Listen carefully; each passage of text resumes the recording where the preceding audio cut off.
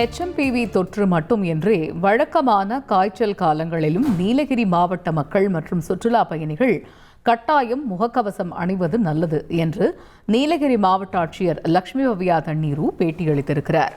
இது பற்றிய விவரங்களை அறிவோம். எமது செய்தியாளர் வில்லியம் தெரிவித்துள்ளார். வில்லியம், வணக்கம். வில்லியம், இப்ப இந்த முகக்கவசம் அணிவது தொடர்பாக நீலகிரி மாவட்ட ஆட்சியர் லட்சுமி பவ்யா தண்ணீரு என்ன தெரிவித்திருக்கிறார்? வணக்கம்.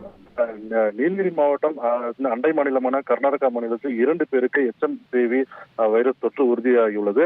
இதன் காரணமாக இன்று செய்தியாளர்கள் சந்தித்த நீலகிரி மாவட்ட ஆட்சியர் லட்சுமி பவ்யா தண்ணீரு கர்நாடகா மாநிலத்தில் 2 பேருக்கு இந்த தொற்று உறுதியாகப்பட்டுள்ள நிலையில் கர்நாடகா, கேரளா எல்லையில் உள்ள நீலகிரி மாவட்டத்தில் முன்னெச்சரிக்கையான நடவடிக்கைகள் மேற்கொள்ளப்பட்டுள்ளதாக தெரிவித்துள்ளார். மேலும் நீலகிரி மாவட்ட சோதனை சாவடிகளில் கண்காணிக்க தனியாக குழு அமைப்பதாகவும் அந்த குழு எவ்வாறான செயல்படும் என்று அந்த திட்டங்களையும்